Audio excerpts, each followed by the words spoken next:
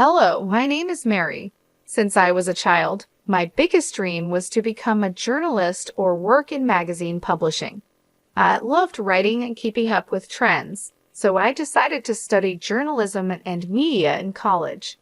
After I graduated, I worked with several companies. They weren't very famous, but I was happy because I was living my dream. A few years after graduating, when I was around 31, I met my future husband, Jerry. Jerry came from a wealthy family that ran a successful business. This is important because Jerry's mother, Nicole, never approved of me. She often showed her dislike, thinking I wasn't a good match for her son and criticizing my career in journalism and my education in the field. At first, Nicole's negative attitude and harsh words were very hurtful. It's tough when someone constantly puts you down, but for some reason, Nicole thought it was okay to treat me like that. Thankfully, Jerry always defended me against his mother's cruel remarks. His father, Willie, also supported me, standing up for me whenever he saw Nicole's mean comments. Over time, I became more resilient to Nicole's jibes.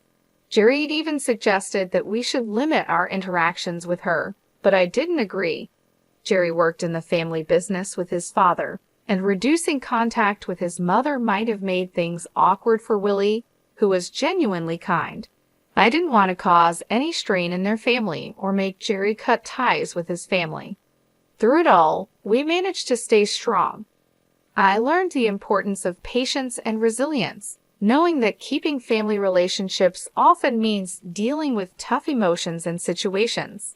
Handling Nicole became a regular part of my life because we only saw each other a couple of times a month. However, things changed a lot when her husband, Willie, had to travel overseas for work. Nicole didn't want to stay alone, so she moved in with Jerry and me until Willie came back. I had doubts about this arrangement, but believed family should come first. Living with Nicole was hard. She always found something wrong with what I did and constantly criticized me. Even though her comments were relentless, I managed to cope without taking it personally as long as she didn't cause real harm. However, my patience was tested during a particularly stressful week at work. I was leading a major redesign of a section in our magazine, a project that was crucial for both the publication and my career. Success could lead to a promotion. Nicole didn't seem to understand the importance of this project and was indifferent to the pressure I was under. One evening, just before the big presentation, I was discussing my worries with Jerry, and Nicole overheard us. She came into the living room and interrupted with her opinions. As I shared my fears about failing in front of the company's top executives and potentially missing out on a promotion, Nicole bluntly dismissed my concerns. "Well, Mary, I overheard your conversation, and honestly, you probably don't have the skills for this. You'll likely do poorly tomorrow," she said, without being asked. Her words were harsh, and she added insultingly, "Just see it as an opportunity to quit and perhaps focus on being a housewife." Her comment hurt deeply, showing not just a lack of support, but also a strong disregard for my professional dreams. This confrontation highlighted how hard it was to live with Nicole and tested my commitment to keeping peace in the family despite our differences. Nicole's remarks that evening crossed a line when she suggested I'd be a better fit for her son if I gave up my career. "I can't believe he married a journalist," she said scornfully, making it clear she meant to belittle my profession and my efforts. Feeling frustrated, I responded firmly, "Mom, you're overstepping. I don't have time for this nonsense. I have more important things to worry about than your opinion of me or my relationship with your son." Nicole seemed shocked by my assertiveness. "How dare you speak to me like that?" she said. "So it's fine for you to insult me, but not for me to defend myself," I retorted. She turned to Jerry. "Say something. Your wife is disrespecting your mother." Jerry calmly sided with me. "She's just defending herself, Mom. I don't see anything wrong with it." Nicole accused me of manipulating Jerry. "Look how easily you turn your back on family. Mary will regret this." Her intrusion into our private conversation and the blatant insults left me seething with anger. Jerry tried to apologize for his mother's behavior, but I stopped him. He wasn't to blame for her hurtful words. After the confrontation, we decided to end the night and go to bed. My mind was too preoccupied with the upcoming presentation to dwell on Nicole's threat. The next morning, I arrived at work early, ready to give my presentation. However, when I opened my laptop, I was met with a heart-stopping surprise. All the files on my desktop were missing, and my laptop appeared to have been reset. Panic set in as I quickly checked my email, hoping my earlier precautions would save me, but even my emails had been deleted, including the trash. Overwhelmed and on the verge of tears, I explained the situation to my boss. His reaction was far from understanding. He reprimanded me harshly before instructing me to forget the presentation altogether. The weight of the situation was crushing, and I struggled to hold back tears, feeling both betrayed and helpless. When I discovered that my boss had a backup presenter in case I faltered, it became painfully clear that my prospects for advancement at the company were bleak. Devastated by the turn of events, I rushed home, tears streaming down my face. Jerry was still at home, and upon seeing my distress, he decided to take the day off to support me. He embraced me as I wept, and once I had somewhat regained my composure, he gently inquired about what had happened. "What's wrong, honey? Didn't the presentation go well?" he asked, puzzled. "There was no presentation, at least not by me," I replied, my voice still trembling. "What do you mean? You put so much effort into it. You barely slept these past few days because you were working so hard," Jerry said, his concern deepening. I explained the heartbreaking situation. When I got to work, I opened my laptop only to find that everything had been deleted. "How did that happen?" he asked, bewildered. It was both embarrassing and humiliating to have to explain it to my boss, I said, feeling the weight of the situation. I admitted feeling the sting of the memory. "Didn't you back it up somewhere else?" "I did," I said. "I emailed it to myself, but my inbox and even the trash had been emptied." Frustration was clear in my voice. Jerry's face fell with sympathy. "I'm so sorry this happened. What did your boss say?" "He was furious and called me unprofessional and lazy. He had someone else ready to do the presentation," I replied, bitterness hard to hide. "But you still have your job, right?" Jerry tried to find a silver lining. "Yes, but I'm stuck. There's no room for me to advance or move up. I'm done here," I said, feeling defeated. "Don't worry, honey. You'll find a better job. I'll be here for you through it all. Just keep working here until you're ready to leave," he reassured me, his support unwavering. "Yeah, I'll give my notice now. I can't believe I worked so hard for this, and just when I was close, it all slipped away," I said, the realization sinking in. The incident left me deeply affected. I took pride in my work, and to have a project fall apart so disastrously was traumatic. Though I continued to work there for another week, my heart wasn't in it anymore. I submitted my resignation, counting down the days until I could leave.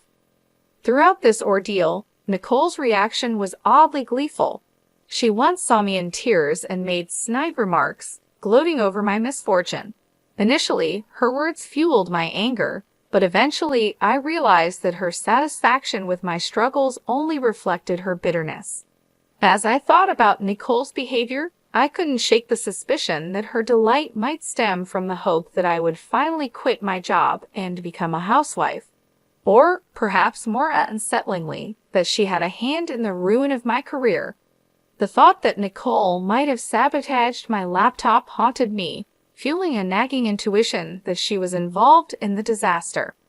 Before approaching Jerry with such a serious accusation, I knew I needed concrete proof.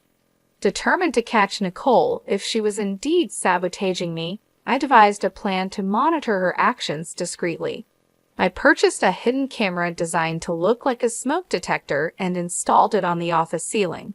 I sensed the device with my phone, setting everything in place to capture any misdeed.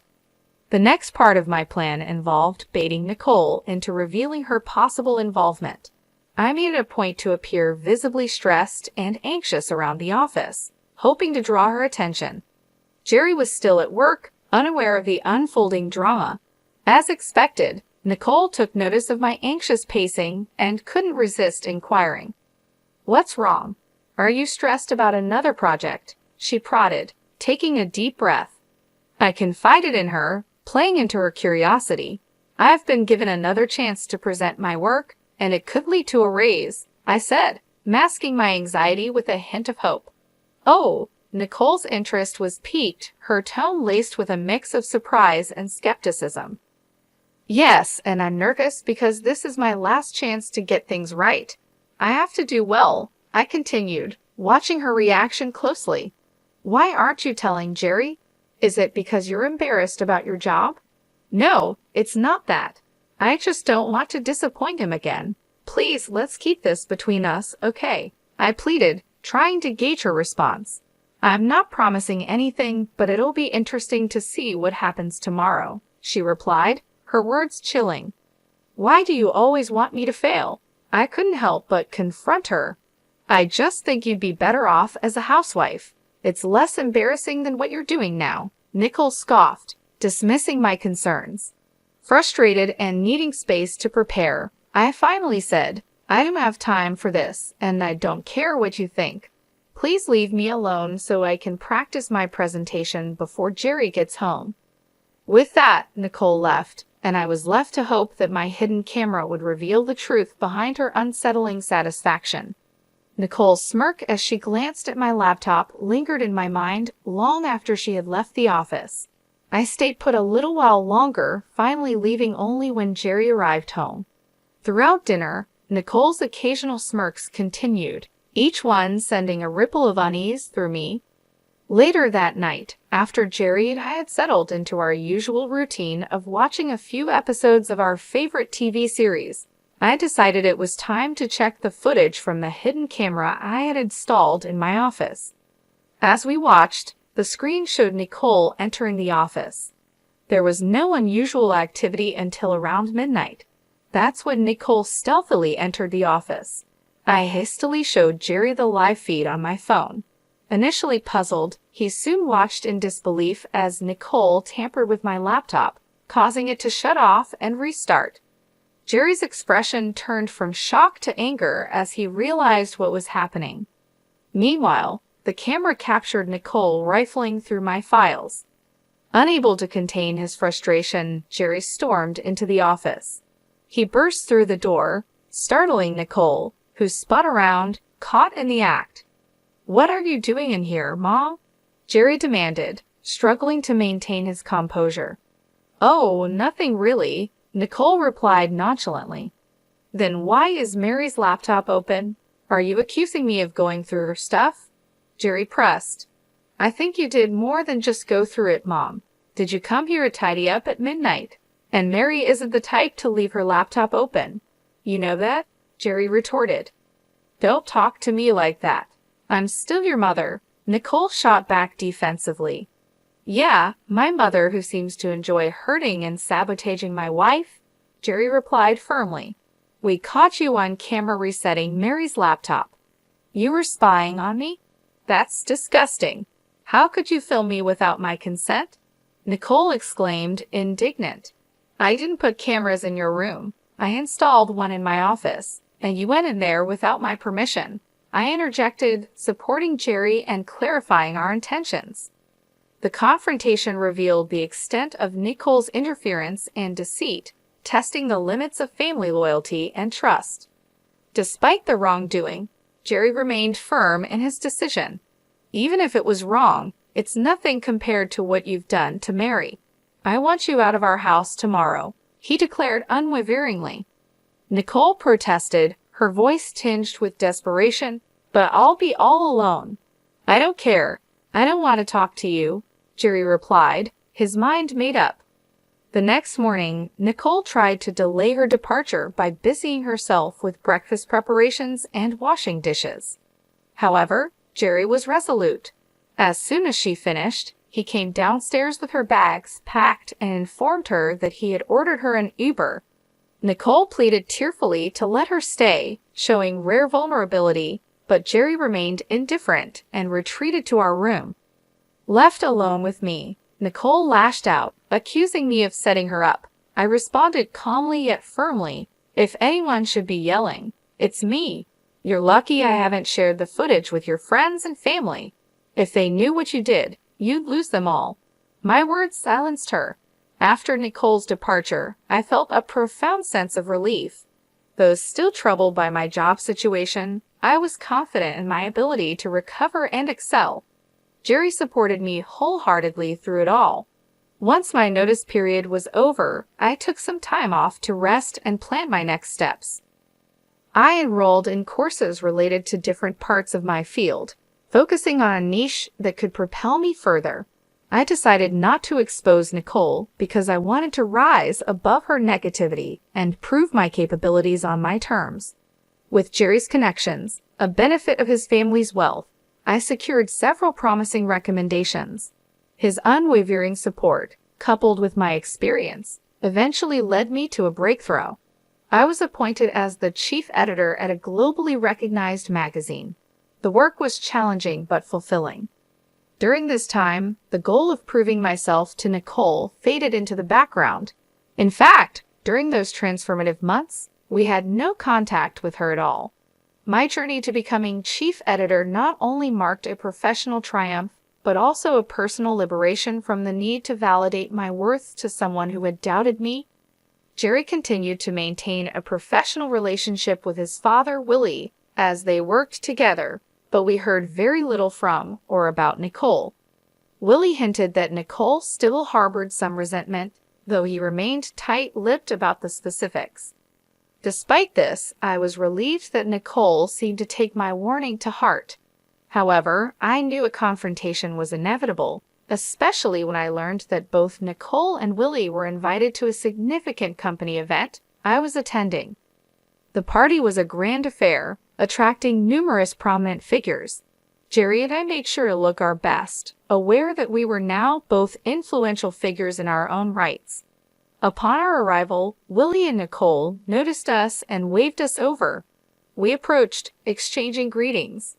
Nicole gave me a critical once-over and smirked. "Look at you, trying to fit in," she sneered. "Ignore her, Mary. You look lovely as always," Willie interjected kindly. "Thanks, Willie. How have you been?" I asked, trying to steer the conversation away from Nicole's snide remarks. "Yeah, how's unemployment treating you?" Nicole cut in, her tone sharp. "Wait, you're unemployed?" Willie asked, genuinely surprised. "Oh yeah, she messed up at her job, and they let her go. I've always said she's not good enough for our son. Look at her, she can't even keep a job," Nicole mocked with a malicious grin. "That's enough, Mom," Jerry intervened sternly. "Stop siding with her. It's bad enough having to see her everywhere. We wouldn't have to if you just left her," Nicole spat. Jerry shook his head, his patience worn thin. "We're done here," he said, taking my hand and leading me away from the confrontation. As we walked away, I felt a mix of emotions but also a sense of relief. Jerry's support meant the world to me, and together we faced the challenges with strength and unity. Nicole insisted stubbornly, "Okay, that's enough. Either you stop talking or I'm leaving," Jerry warned, his patience thinning. "But Mary, sweetie, if you need a job, let me know. It would be great to work with you," Willie offered sincerely. "That's kind of you, Willie, but I can't accept the offer," I replied, appreciating his gesture but choosing to decline. "Of course not. I told you she's lazy and incompetent," Nicole muttered under her breath. Just then, my name was called out, and the room erupted in cheers. I turned towards the small stage where the CEO was gesturing for me to come up. Excusing myself, I left Willie and Nicole. Willie looked amused, and Nicole, for once, was at a loss for words. Nicole looked both confused and angry as the CEO began his speech, praising my contributions to the company and my innovative ideas for the magazine. The room filled with applause and cheers, and soon I was asked to give a speech. Gratefully, I acknowledged Jerry's unwavering support and my colleagues' collaborative efforts that had significantly shaped the magazine. I concluded by thanking an unnamed critic whose skepticism had unwittingly spurred me to excel. As I stepped off the stage, many congratulated me and curiously inquired about the critic, but I chose to keep that detail private. I rejoined Jerry, Willie, and Nicole at our table. Jerry embraced me warmly, his pride evident, while Willie also stood to congratulate me with a hug. Nicole, on the other hand, could only offer a cold glare. "Oh, Mary, this is incredible. I can see why you wouldn't want to work with us," Willie remarked with genuine admiration. "Thanks, Willie. Although I'll admit, if you'd offered me the job about 9 months ago, I might have taken it," I responded, reflecting on the past. "You should have. At least then you'd be paid more," Nicole retorted sharply, her tone dripping with sarcasm. "Paid more? I could never put a price on this," Willie quickly replied, defending the intangible rewards of my current role. "Right, she's not worth all that money," Nicole scoffed dismissively. "No, I mean I couldn't match what she's earning right now," Willie corrected, hinting at my substantial earnings. "What do you mean?" Nicole asked, her confusion apparent.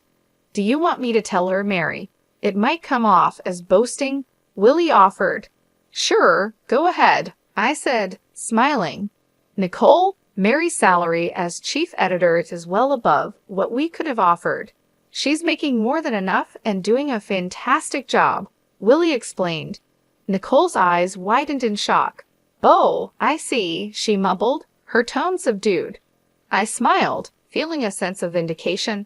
My hard work and determination had paid off, and now even Nicole couldn't deny it. "Say it, Willie," I offered, looking at him for permission. "Mary makes at least 5 times more than I do in her current position," Willie revealed, causing Nicole's eyes to widen. "Oh yeah, she must be making way more than Jerry or I could ever imagine," Nicole exclaimed, her tone shifting from disbelief to grudging acknowledgement. "That can't be right. You must be mistaken," Nicole insisted, still struggling to accept the reality. "He's not mistaken, Mom. I did mean it when I thanked you. You've been nothing but a bully to me, and I hope seeing me more successful than anyone in your family stings. Anyway, I have other people to talk to." "Excuse us," I said firmly, ready to move on from the negativity. "Nicole, Willie, feel free to join us anytime. Goodbye," I concluded as Jerry and I left the table, leaving a stunned Nicole behind. Willie chuckled and raised his drink to me as Jerry and I walked away, a gesture of solidarity and celebration. I had never felt more alive and validated. It was an incredible moment of triumph, and I was immensely grateful for Jerry's support throughout it all. As we made our way through the crowd, I couldn't help but reflect on the journey that had brought me to this moment. The challenges, the setbacks, and the doubts had all led to this point of success. I felt a renewed sense of purpose and confidence, knowing that I had proven myself not only to Nicole, but to everyone who had ever doubted me. Jerry and I found a quieter corner of the venue where we could enjoy the rest of the evening. He looked at me with pride in his eyes and said, "I'm so proud of you, Mary. You've worked so hard and deserve all the success you've achieved." "Thank you, Jerry. I couldn't have done it without your support. You've always believed in me, even when I doubted myself," I replied, feeling a wave of gratitude. We spent the rest of the evening mingling with colleagues and friends, celebrating my achievements. The event was a blur of congratulations, laughter, and heartfelt conversations. Each person who approached me to offer their well wishes reinforced the fact that I had truly made it. My hard work and dedication had paid off, and I was now standing on solid ground, both professionally and personally. Later that night, as we returned home, I felt an overwhelming sense of relief and accomplishment. The weight of Nicole's negativity had been lifted, and I knew that I had finally broken free from her influence. Jerry and I talked about the future, dreaming about the possibilities that lay ahead. We were both excited about the new opportunities and challenges that awaited us. In the following weeks, I settled into my new role as chief editor with renewed enthusiasm. The work was demanding, but I thrived on the challenges, knowing that I was making a significant impact. My team respected and supported me, and together we pushed the magazine to new heights. The sense of fulfillment I felt each day was unmatched, and I knew that I was exactly where I was meant to be. Nicole's absence in our lives was noticeable, but it brought a sense of peace. Jerry continued to work with his father, Willie, and their relationship remained strong.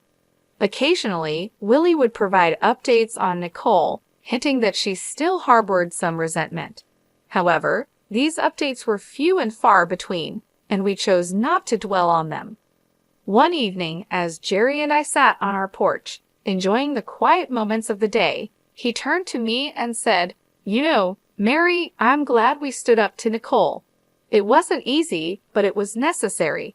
You've shown incredible strength and Nicole through it all." "I couldn't agree more," I replied, smiling. "We've come a long way, and I wouldn't change a thing. Our journey has made us stronger and more resilient." As the sun set, casting a warm glow over our home, I felt a deep sense of contentment. The road ahead was still uncertain, but I knew that with Jerry by my side, we could face anything. We had weathered the storm, and now we were ready to embrace the future with open hearts and minds.